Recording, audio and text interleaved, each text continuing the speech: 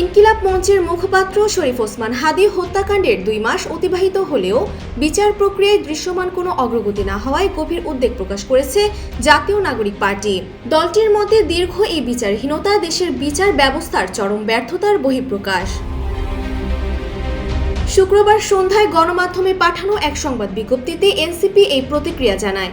দলের দপ্তর সেলের সদস্য সাদিয়া ফারজানা দিনার স্বাক্ষরিত ওই বিজ্ঞপ্তিতে ইনকিলাব মঞ্চের শান্তিপূর্ণ কর্মসূচিতে পুলিশের হামলার তীব্র নিন্দা ও প্রতিবাদ জানানো হয়।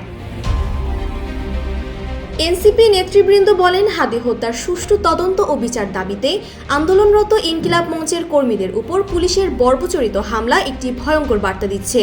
এর মাধ্যমে মনে হচ্ছে রাষ্ট্র নিজেই আজ ন্যায় বিচারের বিপক্ষে অবস্থান নিয়েছে। দলটি হুঁশিয়ারি দিয়ে জানায়, রাষ্ট্রীয় বাহিনীকে ব্যবহার করে ন্যায্য বিচার দাবির আন্দোলন দমনের অপচেষ্টা সচেতন জনগণ কোনোভাবেই মেনে নেবে না। বিজ্ঞপ্তিতে জানানো হয়, পুলিশের এই হামলায় ইনকিলাব মঞ্চের সদস্য সচিব আব্দুল্লাহ আল জাবের, রাকসুর জিএস সালাউদ্দিন আম্মার ও ডাকসু নেত্রী ফাতেমা তাসলিম জুমার সহ অর্ধশতাধিক নেতাকর্মী আহত হয়েছে। এনসিপি এই সহিংসতাকে ঘৃণা ভরে প্রত্যাখ্যান করে আহতদের দ্রুত আরোগ্য কামনা করেছে এবং তাদের পরিবারের প্রতি পূর্ণ সংহতি প্রকাশ করেছে।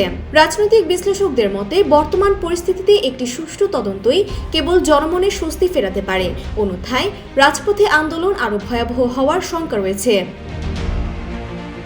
Desk report, Bangladesh bulletin.